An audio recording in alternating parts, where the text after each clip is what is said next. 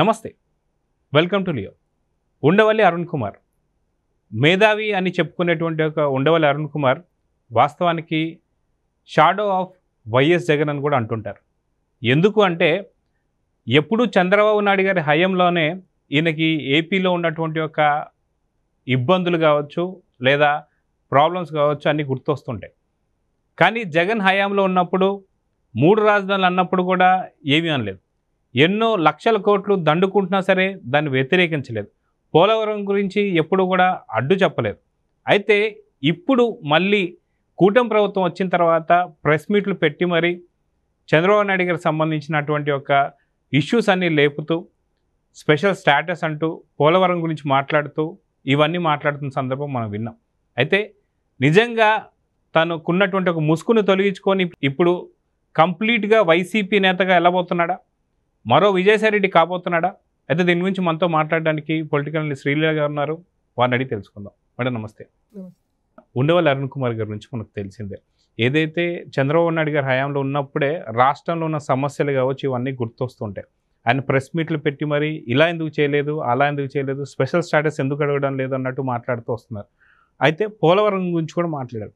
కానీ గత 2019 నుంచి 24 దాకా అసలు పోలవరం అంటే నాకు అసలు ఏం అర్థం కాలేదు, డయాఫ్రామ్ అంటే తెలియదు అన్నట్టుగా అంబటి రాంబాబు అన్న మాటలకు ఎప్పుడు కూడా వ్యతిరేకించలేదు. సో జగన్కి షాడోగా సపోర్ట్ చేస్తున్నటువంటి ఒక ఉండవల్లి అరుణ్ కుమార్ ఈరోజు వైసీపీలోకి కంప్లీట్గా ముసుగు తొలగించుకొని వస్తున్నాడు అని చెప్పి కొన్ని వార్తలు అయితే వస్తున్నాయి. ఆ వార్తలు ఇప్పటిదాకా కనీసం ఖండించలేదు ఉండవల్లి అరుణ్ కుమార్. అయితే ఎంతో యాక్టివ్గా ఉండే ఉండవల్లి అరుణ్ కుమార్ గారు నిజంగా వైసీపీలోకి వస్తే మరో విజయసాయిరెడ్డి అవుతాడా? అయితే ఎన్ని రోజుల టర్మ్ అంటే విజయసాయిరెడ్డి వెళ్ళిపోయే అవకాశాలు ఉన్నాయా? దీని నుంచి మీరు ఏం చెప్తారు? ఇక్కడ ఎవరైతే ఈ ఉండవల్లి అరుణ్ కుమార్ అనే వ్యక్తి ఉన్నాడో ఇతను ఒకప్పుడు ఎంపీగా చేశాడు. 2 times గెలిచాడు అతను. ఇక్కడ రాజమండ్రి నుంచి పోటీ చేసి. ఇతను లా చదివినట్లున్నాడు.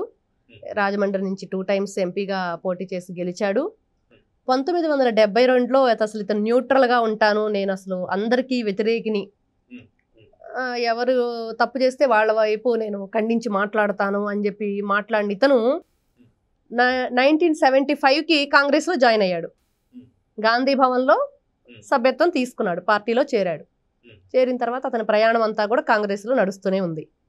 రాజశేఖర్ రెడ్డి గారికి ఇంకా ఇతను చెప్పింది ఏముంది, ఇద్దరు కూడా చాలా క్లోజ్గా ఉంటారు. కాంగ్రెస్ వైపే ఉంటాడు.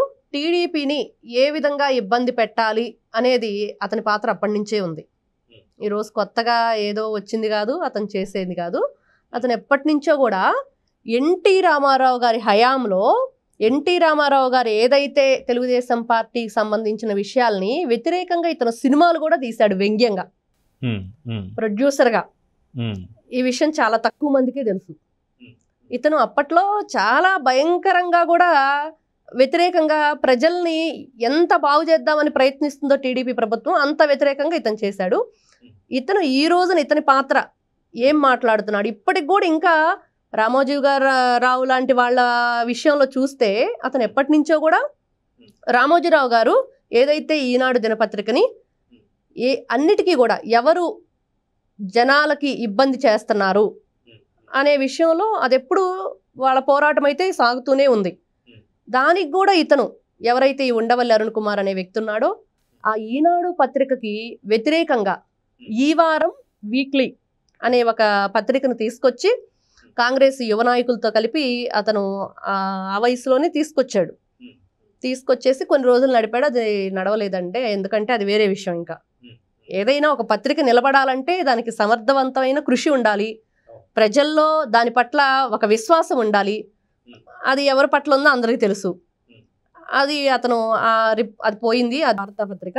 తర్వాత ఇతను ఏదైతే ఇప్పుడు రాజశేఖర్ రెడ్డి తర్వాత జగన్మోహన్ రెడ్డికి ప్రతి ఒక్క విషయానికి వాళ్ళు ఏది చేసినా కూడా మంచి అని, టీడీపీ గవర్నమెంట్ ఏది చేసినా కూడా అది చెడు అని ప్రెస్ మీట్ పెట్టడం ఇతని పని.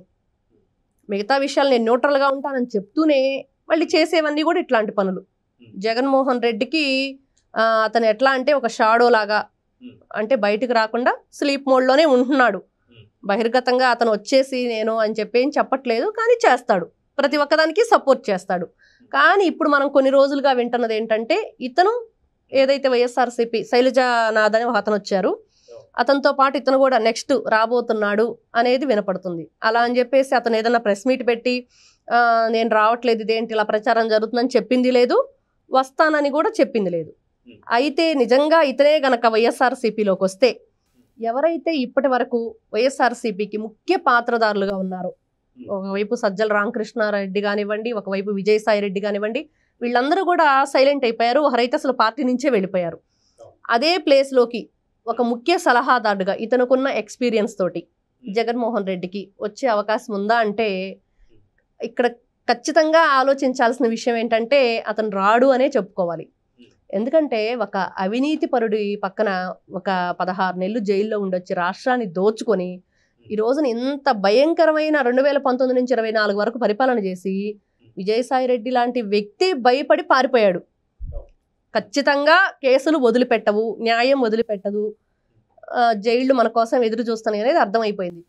అట్లాంటి ప్లేస్లోకి వస్తాడా అంటే జనాలు మాత్రం ఖచ్చితంగా అట్లాంటి నిర్ణయం తీసుకోడు ఉండవల్లి అరుణ్ కుమార్ అనే వినిపిస్తుంది. కానీ వైఎస్ రాజశేఖర్ రెడ్డితో ఉన్న అనుబంధంతో ఏదైతే వైఎస్ జగన్మోహన్ రెడ్డి మీద ఉన్న ప్రేమతో కానీ ఇతను బ్యాక్ బోన్గా ఉండి నేను బ్యాక్గ్రౌండ్లోనే ఉంటాను, ఫ్రంట్కి రాను అనేది మాత్రం చేస్తాడు అనేది ఖచ్చితంగా చెప్పుకోవచ్చు మనం. అయితే గతంలో మనం చూసుకుంటే బ్రదర్ అనిల్, షర్మిల గారి హస్బెండ్ కూడా వచ్చి ఒకసారి ఉండవల్లి గారిని కలవడం జరిగింది. కలిసి అనుకున్నటువంటి యొక్క బాధలు కావచ్చు, ఇబ్బంది కావచ్చు చెప్పడం కూడా జరిగింది. ఎందుకంటే మీరు ఇందాక అన్నట్టుగా రాజశేఖర రెడ్డి గారికి చాలా సన్నిహిత మిత్రులా ఉంది ఉండవల్లి అరుణ్ కుమార్. సో ఇన్ని ఇబ్బందులు చెప్పుకున్నా సరే ఏ రోజు కూడా షర్మిలకు సంబంధించి కూడా సపోర్ట్ చేసిన విధానం కూడా మనం చూడలేదు. సో అక్కడే మనకు అర్థమవుతుంది. అది కాక అది వాళ్ళ ఫ్యామిలీ మ్యాటర్ కాబట్టి ఇది కొద్దిసేపు పక్కన పెడితే ఏదైతే ఏపీ రాష్ట్రానికి సంబంధించిన సమస్యలు ఏవైతే ఉన్నాయో అవి 2019 నుంచి 24 దాకా ఏ రోజు కూడా ప్రెస్ మీట్లు పెట్టి ఇలాంటి తప్పుడు పనులు చేస్తున్నావు జగన్, ఇది నువ్వు చేయకూడదు, ఇది తప్పు, పూర్తిగా రాష్ట్రాన్ని వెనక్కి తీసుకెళ్ళిపోతున్నావు అని చెప్పి కూడా ఏ రోజు కూడా ప్రెస్ మీట్ పెట్టిన దాఖలాలు మనం చూడలేదు. కానీ కూటమి ప్రభుత్వం ఏర్పడిన తర్వాత కరెక్ట్ నెలన్నర రోజులు గడవక ముందే స్పెషల్ స్టాటస్ ఎందుకు అడగలేదు, ఎందుకని రాష్ట్రానికి సంబంధించి పోలవరం నిధులు ఎందుకు గట్టిగా మాట్లాడతలేదు, ఎందుకని 3 రాజధానులు ఉంటే ప్రాబ్లమ్స్ ఏంటి, సో ఇవన్నీ రెచ్చగొట్టేటువంటి విధానాన్ని చూస్తే నిజంగా ఆయన మేధావి అనుకోవాలా లేదా జగన్కి షాడో అనుకోవాలంటే ఏం చెప్తారు? ఇక్కడ ఇతని గురించి ఒక ముఖ్యమైన విషయం చెప్పుకోవాలంటే ఇతను ఎవరికి అమితమైన మిత్రుడు అంటే వైఎస్ రాజశేఖర రెడ్డి. అట్లాంటి వైఎస్ రాజశేఖర రెడ్డి పేరే తీసేసి ఒక్క పార్టీకి మాత్రమే పెట్టుకున్న జగన్ తర్వాత ఏం చేశాడు, ఎక్కడ చూసుకున్నా తన బొమ్మలే వేయించుకున్నాడు, ఎక్కడ చూసుకున్నా జగన్కు సంబంధించిన పేరు పెట్టుకునే కార్యక్రమాలు చేశాడు. ఏదైనా పథకాలు ఏమైనా ఉన్నా కూడా అన్ని జగన్మోహన్ రెడ్డి పేరుతోనే ఉన్నాయి. అలాంటప్పుడు మరి ఎవరైతే ఈ ఉండవల్లి అరుణ్ కుమార్ అత్యంత స్నేహితులు ఇద్దరు కూడా సన్నిహితులుగా ఉన్నారు రాజశేఖర రెడ్డితో అని ఏ రోజు దాని గురించి మాట్లాడా? ఇలా నీ తండ్రి పేరు పెట్టుకుని ఒక పార్టీ నువ్వు నడుపుతున్నప్పుడు నీ తండ్రి బొమ్మను పెట్టుకోకుండా అతని పేరు పెట్టకుండా లేదు నువ్వు చేయలేదు అన్నప్పుడు ఖచ్చితంగా ఇతను జగన్మోహన్ రెడ్డికి షాడోగానే పనిచేస్తున్నాడు అనేది మనం క్లియర్గా చెప్పుకోవచ్చు.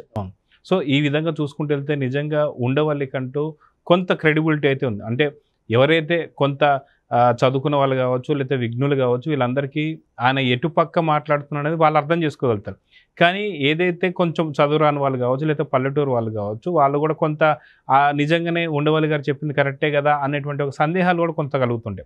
కానీ నిజంగా ఇప్పుడు ఈ టాక్ బయటకు వచ్చిన తర్వాత నిజంగా వైసీపీలోకి కంప్లీట్గా జాయిన్ అవ్వడు అని చెప్పేసి అనుకుంటే ఎందుకు ఖండించలేదన్నది ఒకటైతే, ఒకవేళ నిజంగా ప్రెస్ మీట్ పెట్టి దీని మీద ఖండించే అవకాశాలు ఉన్నాయా, 1-2 రోజుల్లో జరిగే అవకాశం ఉందంటే ఏం చెప్తారు? 1-2 రోజుల్లో అతను ప్రెస్ మీట్ పెట్టి ఖండించడండి. ఎందుకంటే ఇన్ని రోజుల నుంచి కూడా ఇప్పుడు అతను ప్రెస్ మీట్ పెట్టి నేను పార్టీలోకి వెళ్ళట్లేదని చెప్పి ఖండించాడు అనుకోండి, ఇంతకుముందు ఏదైతే ప్రెస్ మీట్ పెడతాడో అక్కడే క్వశ్చన్ వస్తుంది అతనికి, మీరు పార్టీలోకి వెళ్ళట్లేదు కానీ పార్టీని అయితే మీకు బ్యాక్గ్రౌండ్ నుంచి మీరు సపోర్ట్ చేస్తున్నారు కదా, మరి ఎందుకు సపోర్ట్ చేస్తున్నారు అనే క్వశ్చన్ వస్తుంది. దానికి అతని దగ్గర సమాధానం ఉండదు. కాబట్టి అతను ఏదైనా ఒక ట్వీట్ చేయటమో ఇంకొక విధంగా ఏదైనా బయటికి ఆ విషయాన్ని చెప్పే అవకాశం ఉంది. కానీ ప్రత్యేకంగా దీనికోసం అయితే అతను ప్రెస్ మీట్ పెట్టి నేను పార్టీలోకి వెళ్ళట్లేదు అనే విషయం మాత్రం చెప్పడం. సో చూద్దాం మేడం, ఖచ్చితంగా ఉండవల్లి అరుణ్ కుమార్ గారి స్టెప్ ఎటు వెళ్తుంది, వైసీపీలోకి మరొక విజయసాయి రెడ్డి కానీ లేదా మరొక సజ్జల రామకృష్ణారెడ్డి లాగా తయారవుతున్నాడా లేదా నిజంగా తనకున్న క్రెడిబిలిటీ ఉంచుకుంటాడా పోగొట్టుకుంటాడా అనేది త్వరలోనే చూద్దాం. మరి నమస్తే.